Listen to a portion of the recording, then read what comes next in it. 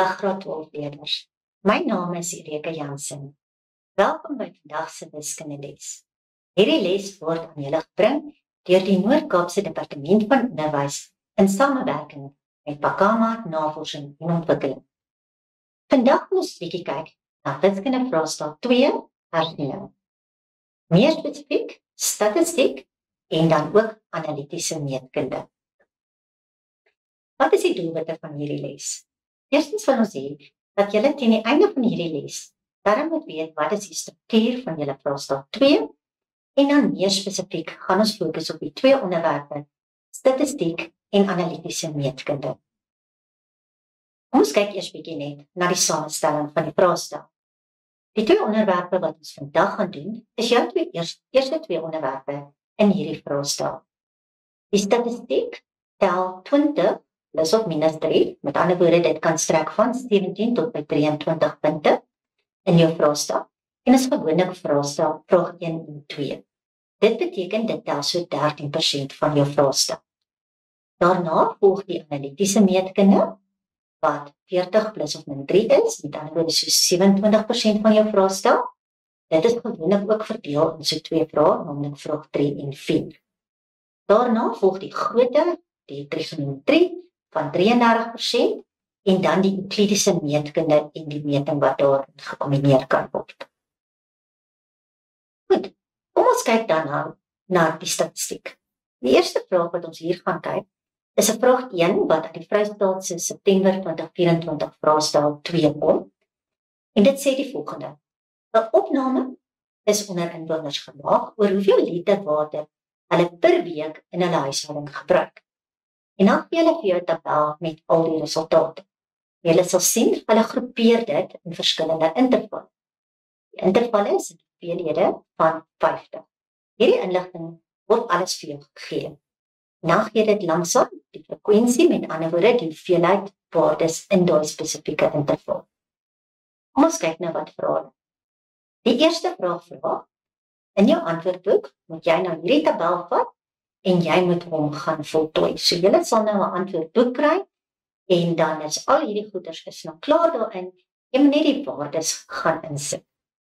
So, jy vat jou frekwensie elke slag en dan kyk jy nou watse kolomme wil hulle bygehad het. In hierdie geval het hulle klaar gevra vir die middelpunt en hulle het ook gevra vir kumulatiewe frekwensie en F maal M. Nou, soms gebeur dit dat hulle nie noodwendig vir jou gaan sê watter kolomme moet bykom. Wat bedoel ek daar? Wanneer ons byvoorbeeld praat van die geskatte gemiddeld, dan moet jy self ook weet dat die kolomme wat jy gaan nodig hê om by te sit, gaan die middelpunt van die interval wees en jou F maal M. Maar in hierdie geval het hulle nou almal vir jou gegee en hulle het gesê jy moet dit net gaan voltooi. So dit maak dit baie makliker.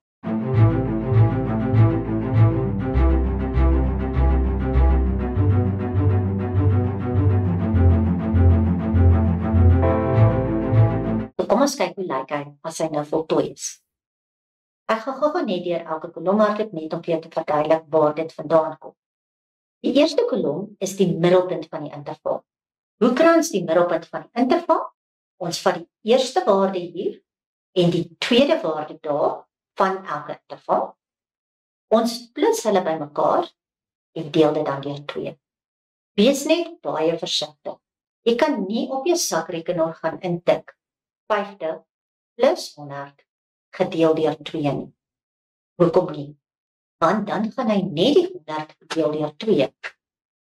Jy moet dit of in hakkies sit, of jy moet die breekteken gebruik, of jy moet eers die 50 en die 100 plus, en dan is gelyk aan druk en daarna deel deur 2. Dit klink na 'n lawwe fout, maar dit gebeur baie. So, die middelpunt is die begin en die einde, plus deel deur 2. Partykeer sê kinders my, maar hierdie is 'n kleiner as. Dit maak nie saak. Dit maak nie saak of dit kleiner of gelyk aan of groter as is nie. Dit is nie ter sprake nie. Gebruik die begingrens, gebruik die eindgrens, plus hulle en deel deur 2. So dit is die middelpuntskolom. O ja, hoor ek vergeet. Pas op nie daarvoor dat jy 1 of 2 uitwerk dan agterkom daar's 'n patroon. Daarna nie meer uitwerk nie, net die patroon verder volg. Dit gaan meeste van die kere, gaan dit regwerk, maar daar was al vraestelle, waarin hulle een van die intervalle anders gemaak het. Byvoorbeeld daardie interval het hulle groter gemaak. En as hulle dan 'n interval groter gaan maak, beteken dit sy middelpunt gaan iets anders te wees, en dan gaan jou antwoord verkeerd wees.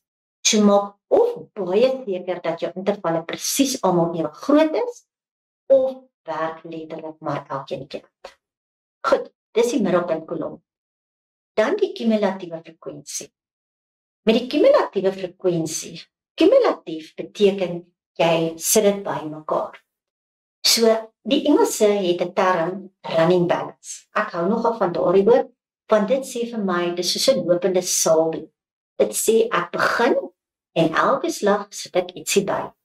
So, hoe dit werk is, in die eerste interval het ons 20. So die kumulatiewe frekwensie, nadat ek na die eerste interval gekyk het, gaan 20 wees. Sit ek die tweede interval by, dan beteken dit, hy kom ons nou by, en dit gaan vir my die nuwe kumulatiewe frekwensie van 50. Dan sit ek die volgende ene by. Die 50 wat ek daar gehad het, gaan ek dan die volgende 50 bysit, en dan gee dit vir my die 100. En so gaan jy aan. Die eindtotaal wat ek hieronder kry, moet my totale frekwensie wees. Want dan het ek mos al my waardes al by mekaar getel.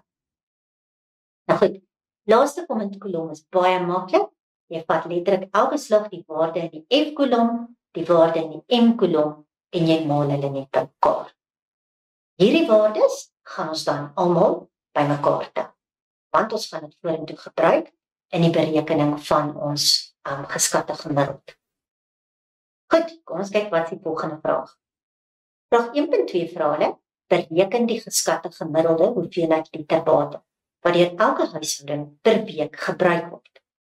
Hoekom is dit geskatte gemiddeld? Dis geskat, want ek weet nie wat is elke huishouding se presiese waarde nie. So daarom is dit net 'n rowwe aanduiding wat ek kry. Nou, hoe werk ons die geskatte gemiddeld uit? Ons gaan die totaal van hierdie laaste kolom, die F maal M kolom vat, en ons gaan dit deel deur die totaal van ons frekwensiekolom. Oftewel, daardie laaste getal in my kumulatiewe frekwensiekolom. So kom ons kyk na die berekening.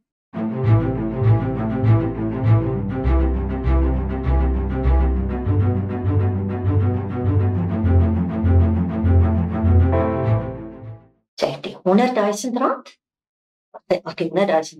100,000 liter, gedeel deur 400, dit gee vir my 250 liter, wat dan nou 'n geskatte gemiddeld is vir die hoeveelheid wat hulle gebruik. Volgende vraag. Hier het hulle vir my gevra, teken 'n gief. Nou, gief se ander naam is 'n kumulatiewe frekwensie grafiek. Ons wys nog klaar vir jou hierso, like, baie belangrik, by jou vertikale as is daardie byskrif. Dis my kumulatiewe frekwensie.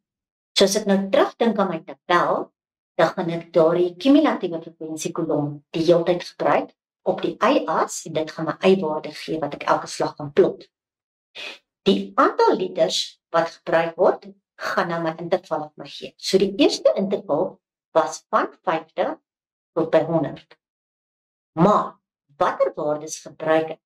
Ek gaan die kumulatiewe frekwensie plot teenoor die regterkantste grens. So my eerste kumulatiewe frekwensie, kyk gou wat was hy gewees, dan gaan teruggaan.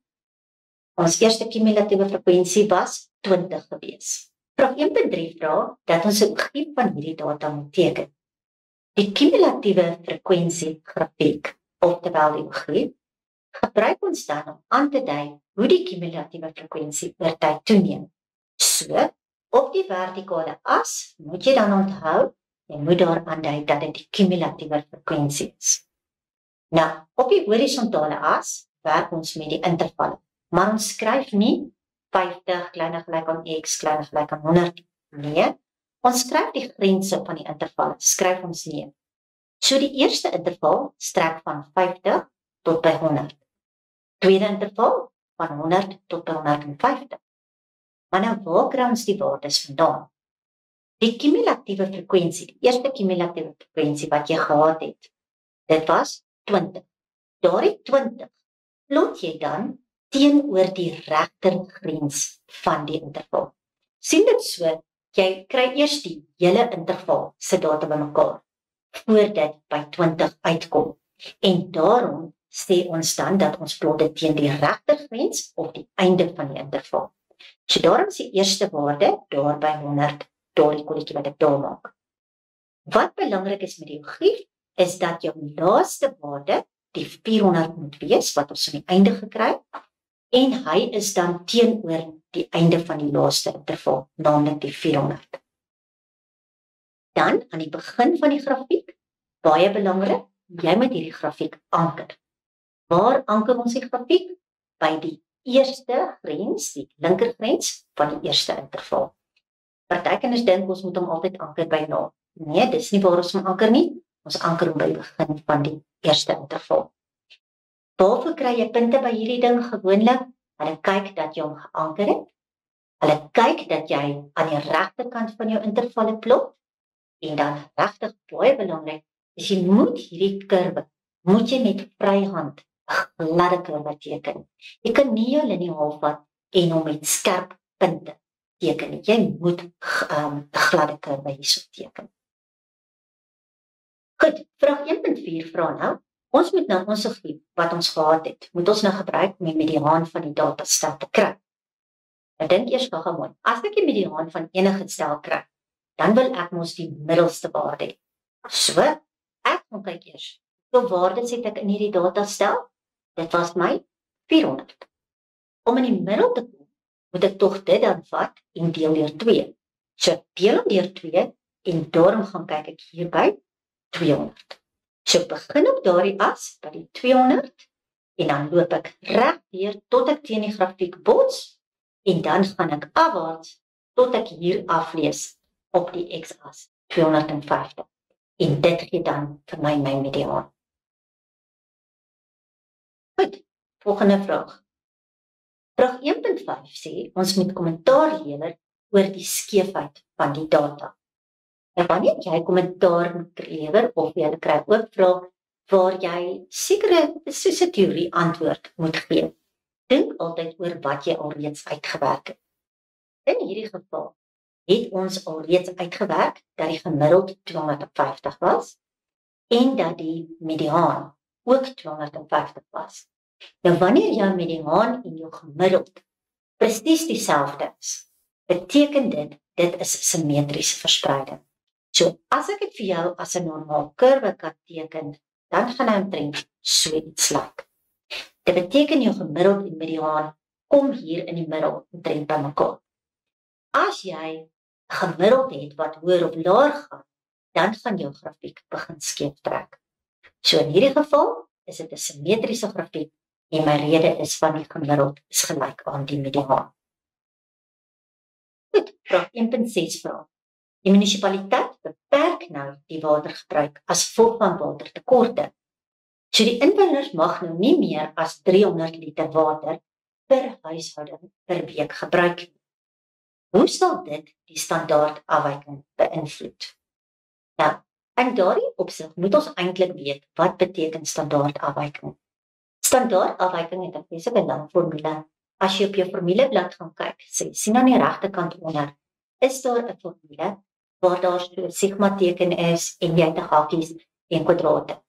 Dit gaan daaroor dat ons kyk na die afstande wat die punte vanaf die gemiddeld is. Nou in hierdie geval, as ons nou die watertekorte beperk, beteken dit ons gemiddeld gaan verander. En omdat ons gemiddeld nou gaan verander, want al ons waardes gaan nou laer skryf, want almal se waterverbruik word nou beperk. As ons nou hierdie waardes almal laer skryf, beteken dit ons gemiddeld gaan kleiner word. Wat beteken dat van my waardes gaan verder van die gemiddeld af lê en daarom gaan ons standaardafwyking dan nou toeneem. Goed, Vraag 2.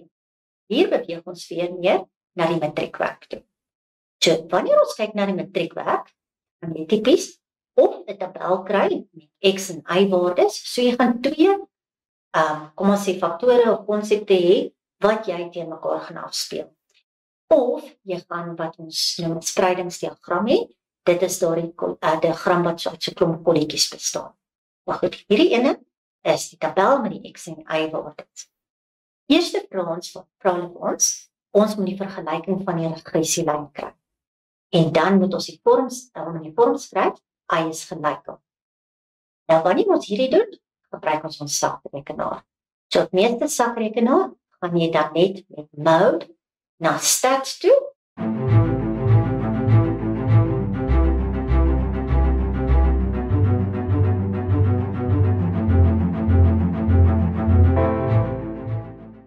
En dan sal jy sien daar is 'n opsie A plus BX.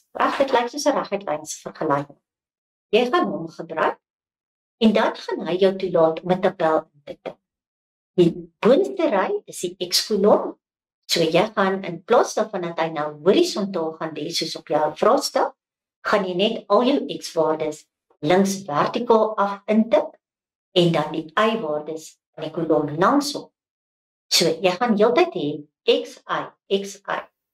Jy tik net al jou datawaardes in.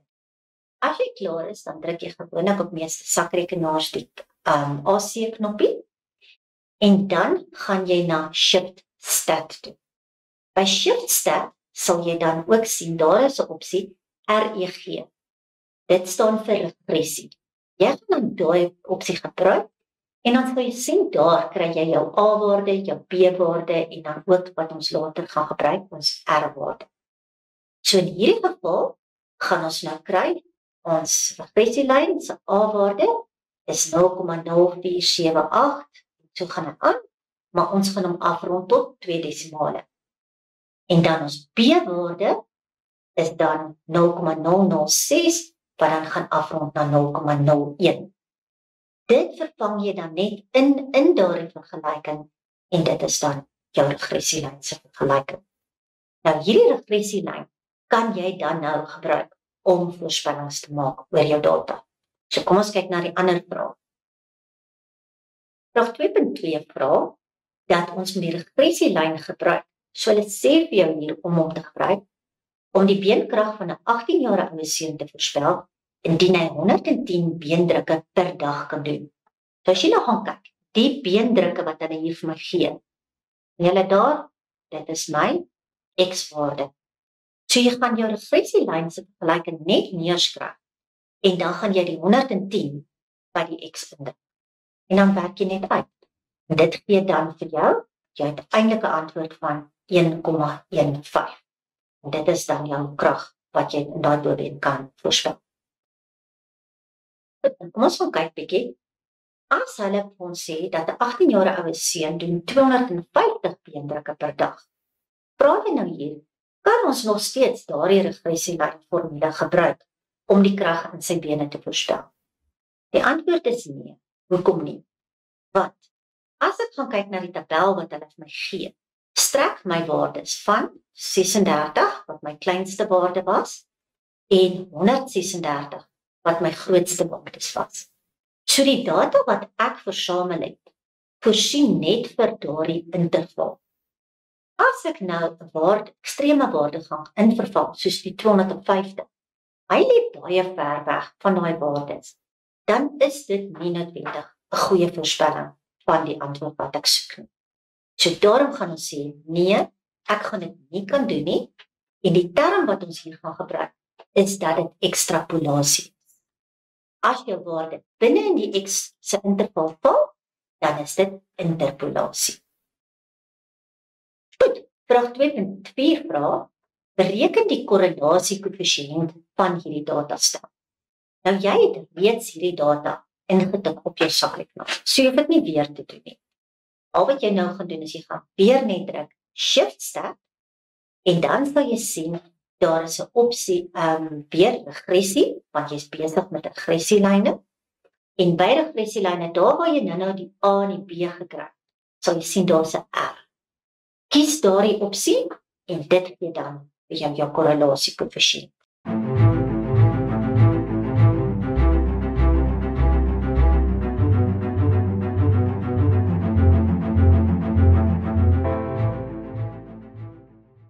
In hierdie geval is ons korrelasiekoëffisiënt 0,97.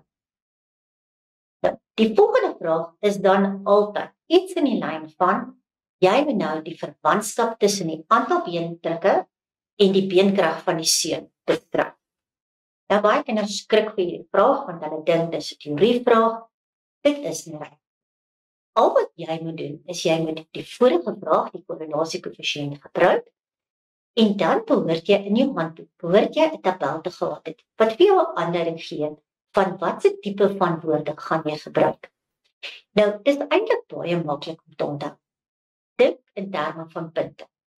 As ons in hierdie geval, ons het 0,97 gekry. Nou, so dis soos 97%.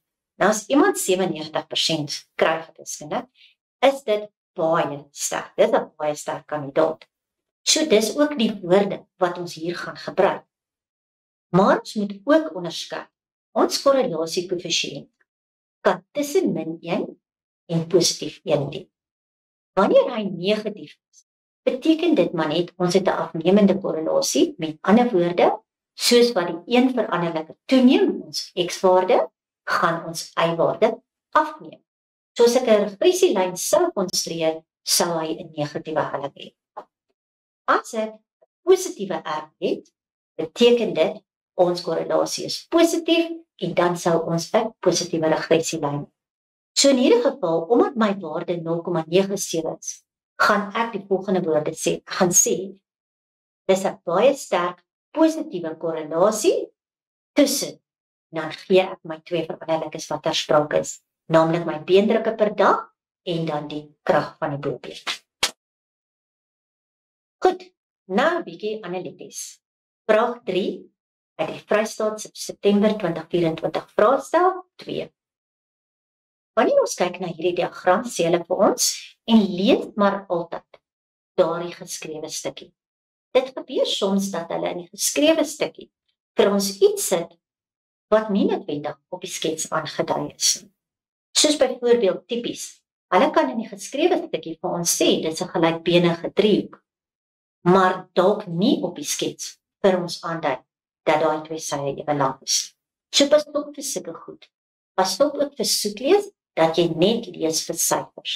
Lees regtig ordentlik. So hulle gee vir my die driehoek is 'n gelykbenige driehoek met punt A 21 en punt B -4,9. Dan gee hulle verder vir my dat A, B en BC die twee sye is wat nou ewe lank is.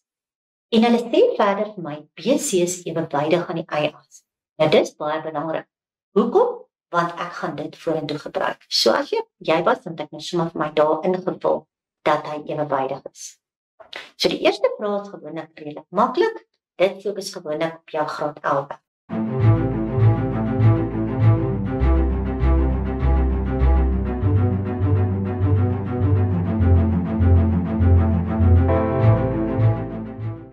Eerste vraag vra die lengte van AB. Sodra jy die woord lengte hoor, dan weet jy dit is jou afstandsformule. So kom ons gaan kyk. Punte A en B. Ja, ek het albei punte. 'n Wenk wat ek jou ook kan gee. Vat die twee punte wat ek jou gee en skryf hulle onder mekaar neer.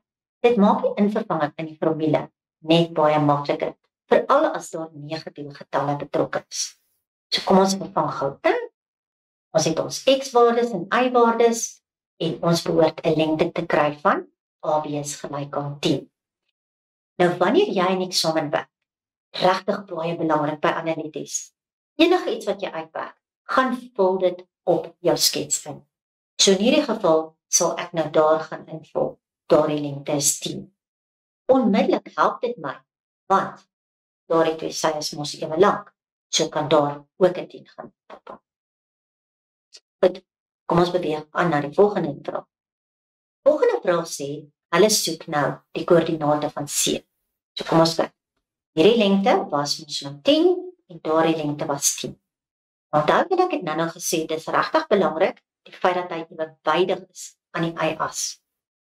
Omdat hy ewewydig is aan die y-as, weet ek mos dadelik, die C se x-waarde, hy lê presies bo in daai punt.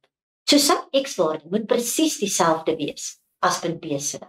So dis wat ons eerste daar vir jou gesê het. Hier het hulle eers gesê met die y-waarde, maar kom ons kyk maar op die skets gou eers en dan kan ons kyk wat ons geskryf het. So ons x-waarde gaan presies dieselfde wees, naamlik -4. En onthou nou, jy het 'n y-waarde hier van 9, maar die lengte van daai lyn is 10 eenhede. Dit maak dit baie maklik. Jou y-waarde gaan dan 19 wees. So, omdat die twee sy ewe lank is, weet ons y-waarde plus ons die 10 eenhede, dis waar ek die 19 vandaan kry, en my x-waarde is dieselfde as B se. So daarom kan ek dus sê, punt C is -4, 19. Goed, nou soek hulle die koördinate van K, die middelpunt van AC. Dit is baie maklik, want ons het in die vorige vraag het ons nou reeds uitgewerk dat punt C is -4, 19. So ek vat net die middelpuntsformule, druk my waardes in, en dan kry ek op die uiteinde dat K se koördinate is -1, 10. Goed, nou vra hulle vir die vergelyking van AC in daardie vorm y is gelyk aan mx plus c. Kom ons kyk eers waar is AC. AC is my skuinslyn. Ek het reeds albei punte. So ek het daardie punt en ek het hierdie punt. Nou as ek albei punte het, dan kan ek mos dadelik eerste ding my hellinge gaan uitwerk. So ek vat my hellingformule, druk my x en my y waardes in, en dan kry ek die helling van daai lyn is -3. Nou vat ek my vergelyking vir 'n reguit lyn, staan ook op jou formuleblad, gebruik dit van daar af. En dan kan ek nou enige een van die twee punte wat op daai lyn lê, kan ek gaan invervang. Maar gebruik altyd liewerste die punt wat hulle vir jou gee. Jy weet tog daardie punt is gegee en dit is dan meer akkuraat. Dalk het jy fout gemaak. Ja, hulle gaan opvolgmerk doen, maar partykeer maak dit die lewe vir jou moeiliker. So druk dan net jou punt 2, 1 in en dan kry jy jou vergelyking van jou reguit lyn. Y is gelyk aan -3x plus 7. Goed, vraag 3.5 is 'n interessante vraag. Hulle vra eerstens vir die grootte van theta. Nou, op die memo hier, ek gaan hom met julle deurwerk, het ons een metode gevolg.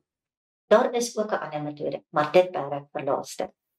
So wanneer ons met inklinasiehoeke gebruik, en onthou in analities kan ons net hoeke uitwerk met behulp van inklinasiehoeke. So gewoonlik gebruik ons dan lyne, as die hoeke daar bo in die lug lê, dan verleng ons lyne tot hulle die x-as sny, om dan inklinasiehoeke uit te werk.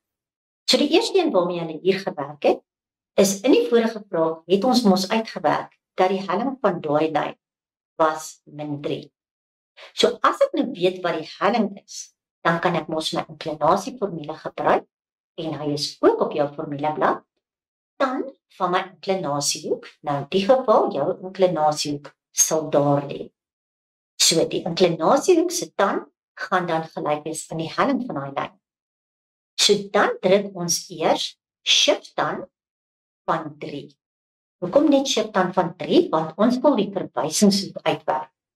Die verwysingshoek is eintlik die skerphoek wat daar ter sprake is. Maar jy het ons nou in graad 11 geleer van reduksieformules. En jy het geleer dat wanneer 'n hoek 'n stomphoek is, dan moet jy altyd gaan kyk in watter kwadrant hy is, en dan moet jy daardie kwadrant se resep inbring. So in hierdie geval, omdat dit 'n stomphoek is, gaan ek sê hy is in kwadrant 2. So ek gaan my ware grootte van my hoek uitwerk deur te sê dis 180 grade minus dan my verwysingshoek. En dan kry ek 108,3 grade. So hierdie B hieronder is nou 108,3 grade. So wat hulle toe op die memo gedoen het, is hulle het BA gevat. En toe het hulle BA ook verleng. Ek gaan my bes probeer om hier netjies te doen, bietjie bewerig, maar dit is wat hulle toe gedoen het.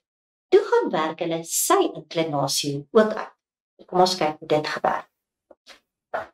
Om daai inklinasiehoek van lyn BA uit te werk, moet ons eers sy helling gaan uitwerk. So as ons dit invervang, kry ons die helling is minus 4/3.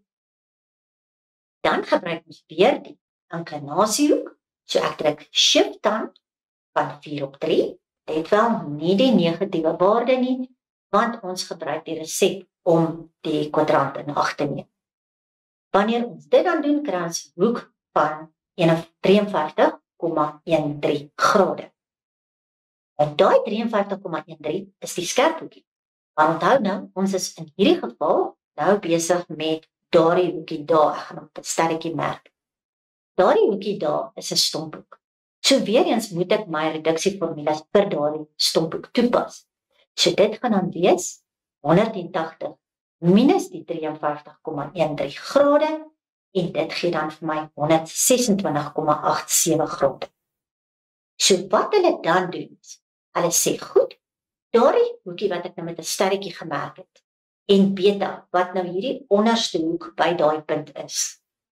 Die buitenste hoek minus dan die binneste hoek gaan vir my hierdie klein hoekie daar by hoek A daar binne gaan hy vir my gee.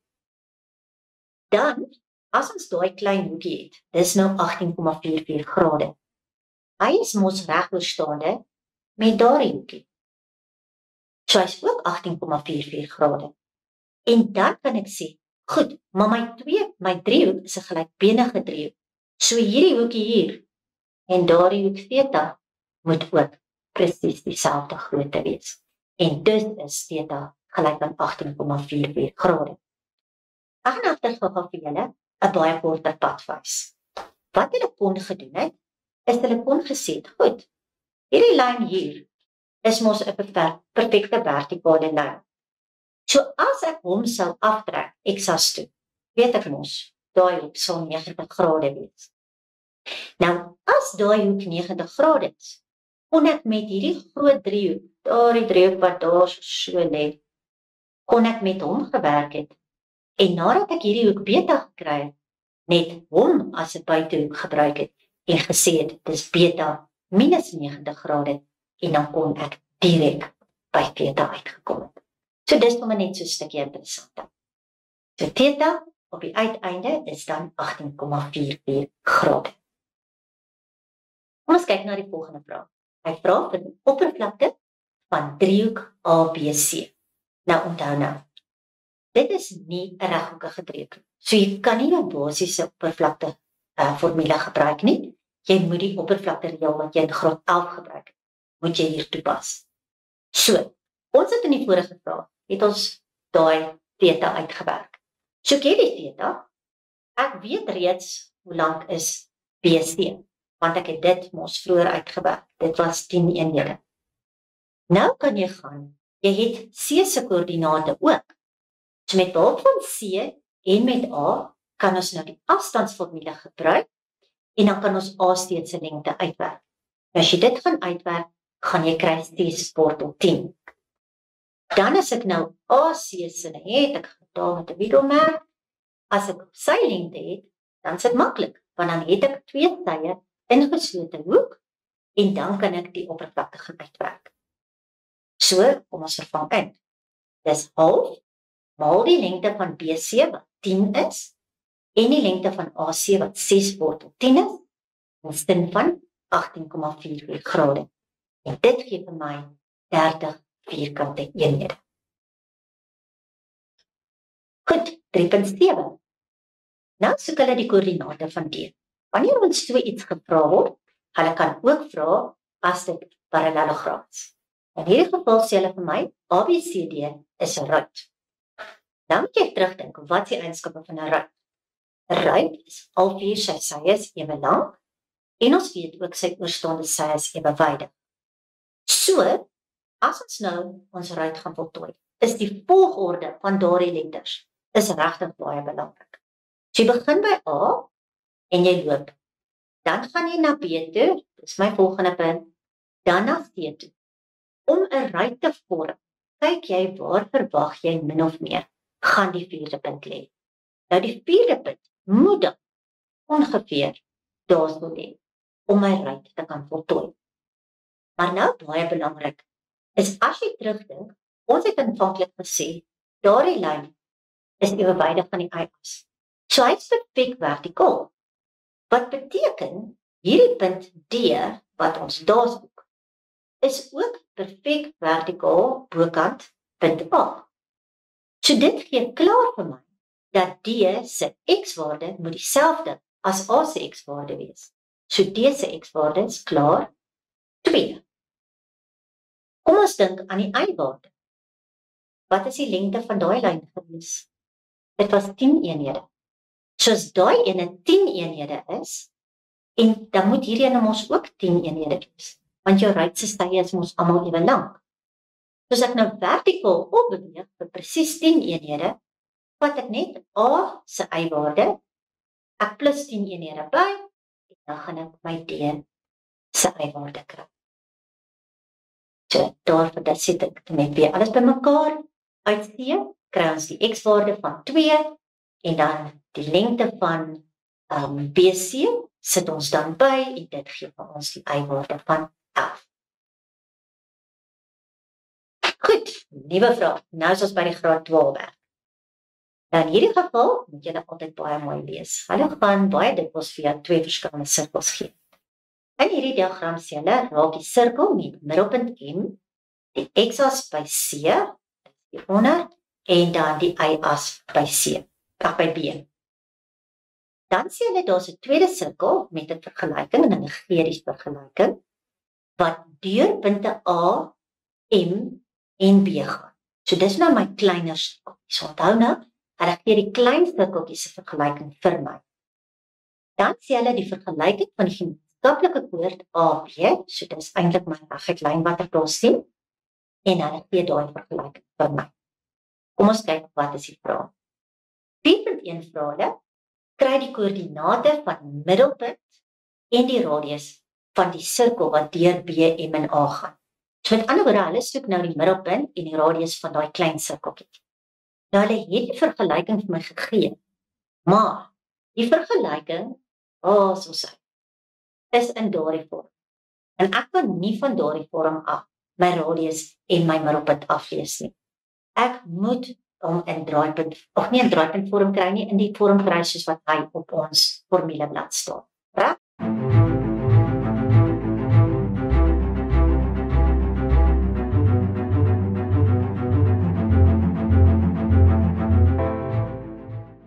So kom ons gaan kyk. Hoe kry ek dit reg? Ek vat my formule en ek gaan pas vierkantsvoltooiing toe. Hoe doen ons dit? Ons vat ons formule en sit eers al die x'e bymekaar. En ons sit al die y's bymekaar en enige konstantes skuif ons oor na die ander kant toe. Dan plus jy by die x gedeelte, hier waar ek 2 x terme geskryf het, plus jy helfte van hierdie middelterm se koëffisiënt. Wat is die helfte van 1? Dit is net 'n half. So jy sit dit in 'n hakkies en jy kwadreer dit. Dis wat ek gaan by plus. Hoekom plus ek hierdie by? Want ek wil hom forceer sodat hy vir my 'n hakkie kwadraat daar gaan gee. Dan doen ek dieselfde by die y gedeelte. Nou daar's my y gedeelte, hier's my x gedeelte. By die y gedeelte wil ek weer helfte van hierdie middelterm vat. So as ek die middelterm vat, moet ek hom deel deur 2. So dis min 3, ek deel deur 2, want ek soek net helfte van hom, en dit plus ek dan by 'n kwadreer. Maar, ek kan nie aan 'n vergelyking verander, en net aan die een kant byvoeg. So omdat ek nou hierdie hakkie kwadraat bygevoeg het, en daardie hakkie kwadraat bygevoeg het, moet ek nou dit aan die ander kant ook gaan by. Nou ons het dit sommer klaar hier uitgewerk, 'n half kwadraat is 'n kwart, en as ek daardie ene kwadreer, gee dit vir my 9/4. So dit gaan plus jy aan die regterkant, sodat jy aan dieselfde aan albei kante bygevoeg het. Nou gaan ek hakkies kwadrate skryf.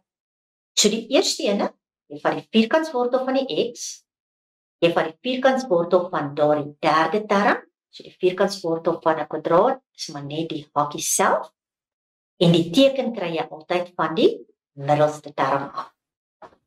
Dan die tweede ene met die y's, gaan ek weer die wortel van y kwadraat, dis net y, dan vat ek net die hakkie wat ek bygeplus het, sonder die kwadraat, en die teken kry ek van die middelste term.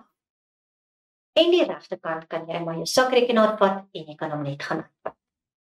So nou is dit baie maklik, maar jy moet net onthou, op jou formuleblad, sê hulle vir jou, wat is die formule vir 'n sirkel wat geskuif het? En dit gaan wees x minus a in hakkies kwadraat plus y minus b in hakkies kwadraat gelyk aan r kwadraat. So, as ek nou na hierdie ding gaan kyk, dan is jou middelpunt daar, gaan mos a, b wees. So as ek na hierdie ene kyk, moet ek net besef, dat as hy hier 'n plus is, moet ek die teken verander. So my middelpunt gaan wees min 'n half, en dan 3/2, en waar kry ek my radius? My regterkant is radius kwadraat. So ek moet net die wortel trek van die regterkant. Dan het ek die middelpunt en die radius van hierdie sirkel gekry. Goed, 4.2, soek hulle nou die koördinate van A. Nou gewoonlik as hulle koördinate soek, vra net jouself, wat gebeur by daai punt? By daai spesifieke punt, sny die reguit lyn en die klein sirkel sny mekaar. Wat het ons geleer, wanneer grafieke mekaar sny, dan moet ons hulle net gelykstel aan mekaar. So, ek het 'n tipiese graad 11 gelyktydige vergelyking hier, my reguitlynse vergelyking, en dan my sirkelse vergelyking. Nou, omdat die reguitlyn klaar in standaardvorm gegee is, is dit regtig baie maklik. Ek gaan kyk net oralste waar daar 'n y staan, gaan ek nou vervang met min x plus 1. So, ek vat die sirkelse vergelyking, sien julle, daar is 'n y, ek vervang hom met min x plus 1. Daar is weer 'n y, so ek vervang hom weer met min x plus 1. Dan moet ek nou hierdie hakkies, moet ek alles gaan uitmaak. As jy dit uitmaal, dan sal jy 'n antwoord kry, soos wat ons daaronder het. As jy sukkel met hakkie kwadraat uitmaal, onthou, skryf hom maar 2 keer uit, en maal hom op die lang manier uit. As ons dan verder gaan, en ons het dan vereenvoudig, dan gaan ek uitkom by 2x kwadraat plus 2x gelyk aan 0. Maar onthou, sodra dit kwadraties is, dan soek jy jou 2 oplossings, en om dit te kry, gaan ek eers met faktoriseer. So, omdat hierdie net 'n 2 term is, gaan ek 2x uithaal, en dan elke hakkie gelyk aan 0 stel, wat beteken ek kry x gelyk aan 0, en x gelyk aan min 1. Maar nou moet jy op jou grafiek gaan kyk. As ek kyk na die klein sirkel, en na die reguitlyn, dan sny hulle mekaar mos by 2 punte. Hierdie punt hier, punt B, gaan die een wees waarvan die x 0 is. En A se x-waarde sal dan min 1 wees. Nou moet ons nog net gaan uitwerk, wat is die y-waarde van A? En dis baie maklik, want ek vat net my x-waarde, ons het dit nie eers hier aangedui nie, maar ons vat die x-waarde van A, en ons sê, goed, hy lê by daai punt op die reguitlyn. As jy reg wou, kan jy hom op die sirkelse vergelyking ook indruk. Maar dis baie moeiliker, want dit is baie groter. So ek sal aanraai, vat hom, druk hom op die reguitlynse vergelyking in, en werk dan uit. Sy y-waarde werk dan uit op 2. So dan het jy jou a-waarde se koördinate. Goed, vraag 4.3. Nou sê hulle toon aan dat die vergelyking van die sirkel met middelpunt M gegee word deur daar. So, hulle vra eintlik vir jou, kry nou die vergelyking van die groot sirkel. Nou, as ons die groot sirkel se vergelyking kan kry, moet ons nou dink. Ons het nou sy middelpunt nodig, of sy radius nodig. Ons kan verskillende maniere dit gaan kry. Maar omdat ek nou al reeds goedjies uitgewerk het, as jy onthou, ons het hierdie punt B, reg het ons mos nou gesê, sy x-afsnit is 0. Maar ons het ook hierdie reguitlynse vergelyking gehad. So as ons na die reguitlynse vergelyking gaan kyk, dan is sy y-afsnit is mos 1. So die B se koördinate is dus 0, 1. So ons kry dit uit vorige goed wat ons uitgewerk het. So dis weer soos wat ek nou nog gesê het, as jy goed uitwerk, gaan vul dit op die skets in, want iewers vorentoe gaan jy dit weer dalk nodig kry. So, ons het nou die eiersnit en ons het punt B. Volgende sê ek myself, goed, as ek nou 'n bietjie terugdink, ons het 'n middelpunt hier. Maar onthou, hy het vir my heel in die begin gesê, hy raak die y-as. So as hy die y-as raak, is dit bietjie euklidiese meetkunde en ons sê MB moet dan loodreg wees op my y-as. Hoekom? Dis die stelling wat sê radius is loodreg op raaklyn. So as hy loodreg is op die y-as en MC hierso onder gaan dan ewewydig wees aan die y-as, mag gee kans, ons sal weer terugkom daarna. So M se y-waarde, omdat hy daar ewewydig is aan die x-as, hierdie twee lyne, kan ek mos sê sy y-waarde moet presies dieselfde y-waarde wees as wat B se is. So dit trek ek oor van daardie y-waarde daarso, want hulle is op dieselfde vertikale hoogte. Goed, nou het ek al sy y-waarde. Nou, as ek sy x-waarde wil kry, kan ek dan vir myself sê, goed, maar hierdie y-waarde, die punt self lê mos op die klein sirkels vergelyking. So jy kan net jou y-waarde vat en gaan indruk in jou sirkels, klein sirkels se vergelyking, dan gaan hy vir my x-waarde gee. So dit het ons dan nou volgens hier gedoen. Ons klein sirkels se vergelyking, druk die 1 in, en sodra dit uitwerk, kry ek weer 2 antwoorde. En hoekom kry ek 2 antwoorde?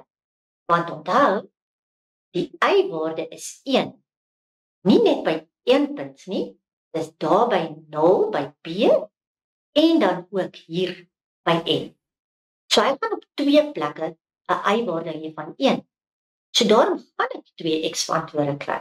Die een is x gelyk aan 0 wat punt B is en die ander ene is -1 wat dan vir my M se koördinaat gaan gee. So daar is ek het klaar die middelpunt gekry. Nou, om die radius te kry, dink gou-gou. Hierdie afstand hierso loop ons van -1 tot by 0.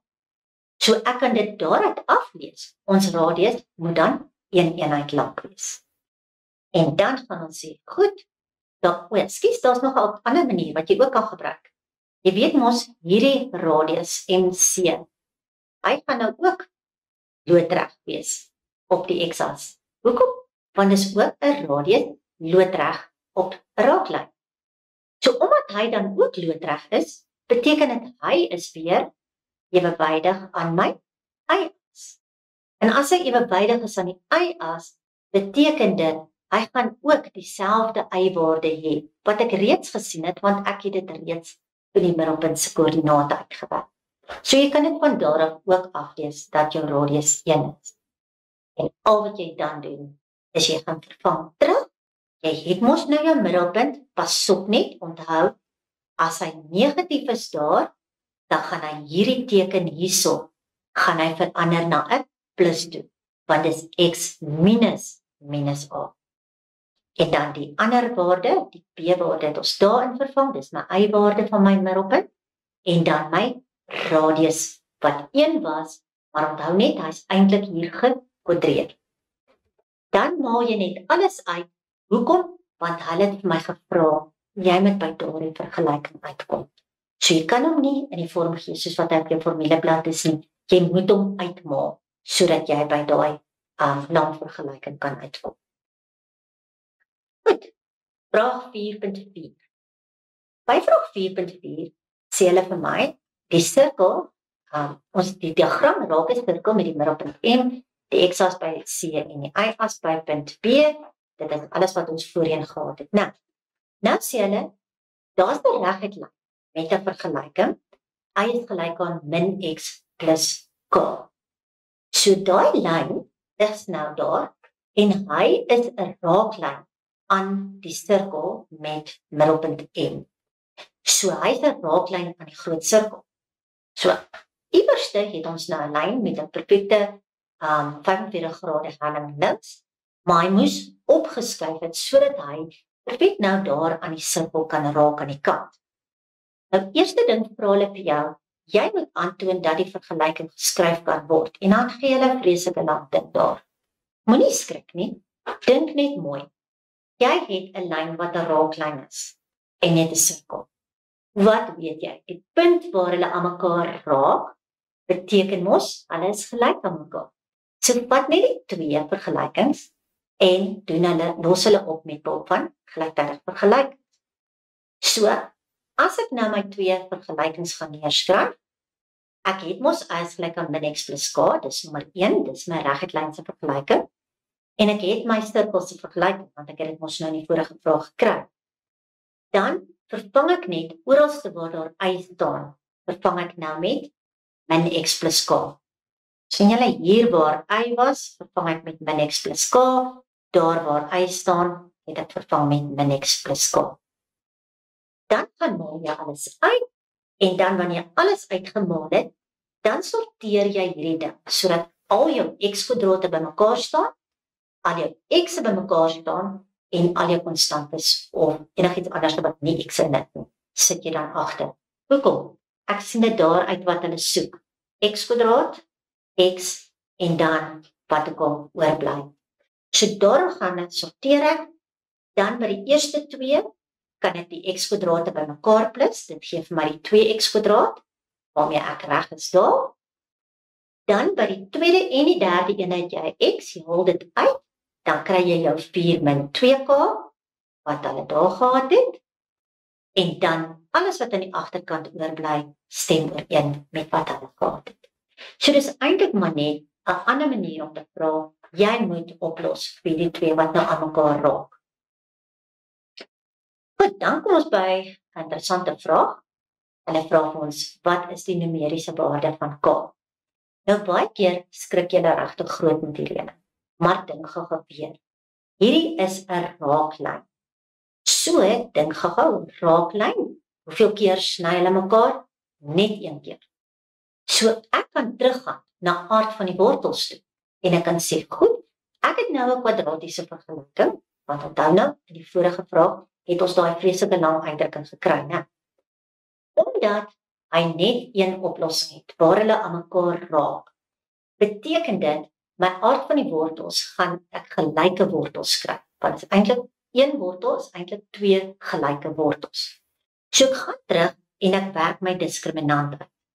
Diskriminant is b² minus 4ac, en onthou as jy hom vergeet, gaan kyk op jou formuleblad, die heel eerste formule, die wortelformule. Onder sy wortelteken is presies jou diskriminant se formule. Dan vervang jy nou uit jou die vorige vraag, vervang jy jou b-waarde in, jou a-waarde en jou c-waarde, en dan los jy op daardie manier, want alles gaan dan k's in hê, en dan jy 'n kwadratiese vergelyking, wat op die uiteinde oplos na k gelyk aan plus of min wortel 2. Goed, kom ons kyk wat gaan ons in die volgende les doen. In die volgende les sal ons aangaan met die hersiening van vraestel 2, so dit sal die hersiening deel 2 wees, en ons sal dan spesifiek kyk na trigonometrie. Hy is 'n groot afdeling, so ons gaan 'n hele les aan hom werk. Baie dankie.